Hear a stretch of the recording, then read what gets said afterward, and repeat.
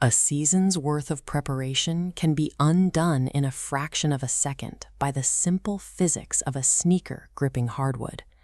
Entering Game 4 of the 2026 Western Conference playoffs, the Minnesota Timberwolves were in a position of strength, holding a 2-1 lead over the defending champion Denver Nuggets. That stability vanished less than 2 minutes after tip-off.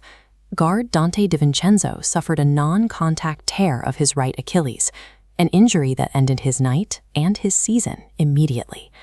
The medical reality of an Achilles tear is unforgiving. It carries a mandatory 12-month recovery timeline, stripping a primary perimeter defender and shooter from the Timberwolves' rotation for the rest of the year. The situation went from difficult to catastrophic late in the second quarter. Franchise star Anthony Edwards went down with a left knee hyperextension and a bone bruise, leaving Minnesota without their primary engine. Losing a key rotation player is a standard playoff hurdle. Losing both a starting guard and a franchise cornerstone in the same 24-minute window is a blow that typically signals the end of a postseason run.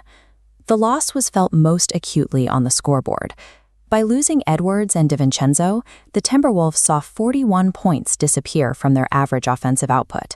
This scoring vacuum changed the game's geometry.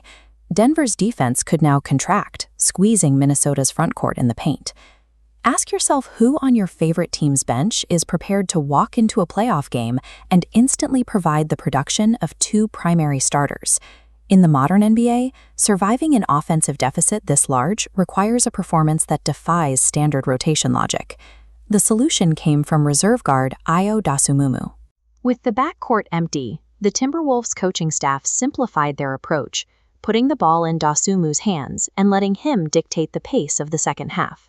He responded with 43 points, a career high achieved under the highest possible pressure against a championship roster.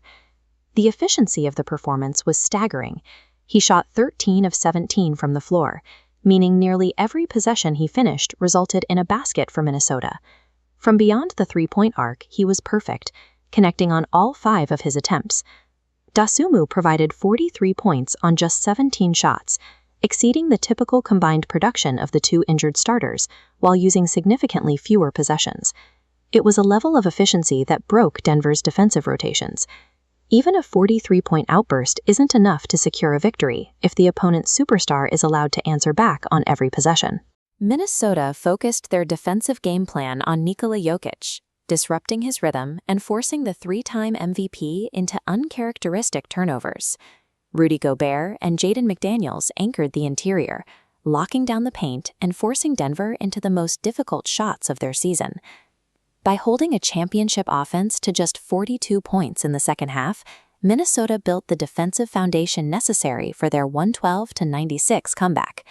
The Timberwolves' success, while Anthony Edwards avoided a season-ending ligament tear, his recovery timeline is measured in weeks. As this playoff calendar shows, Minnesota must advance to the Western Conference Finals just to give him a chance to return. This creates a significant burden for the rest of the team. Rookies like Terrence Shannon Jr. are now forced into primary offensive roles earlier than anticipated. The question for the second round is simple. Can this bench continue to produce at an elite level long enough for their star to heal? Elite talent wins regular season games, but roster depth determines who survives the physical toll of a championship run.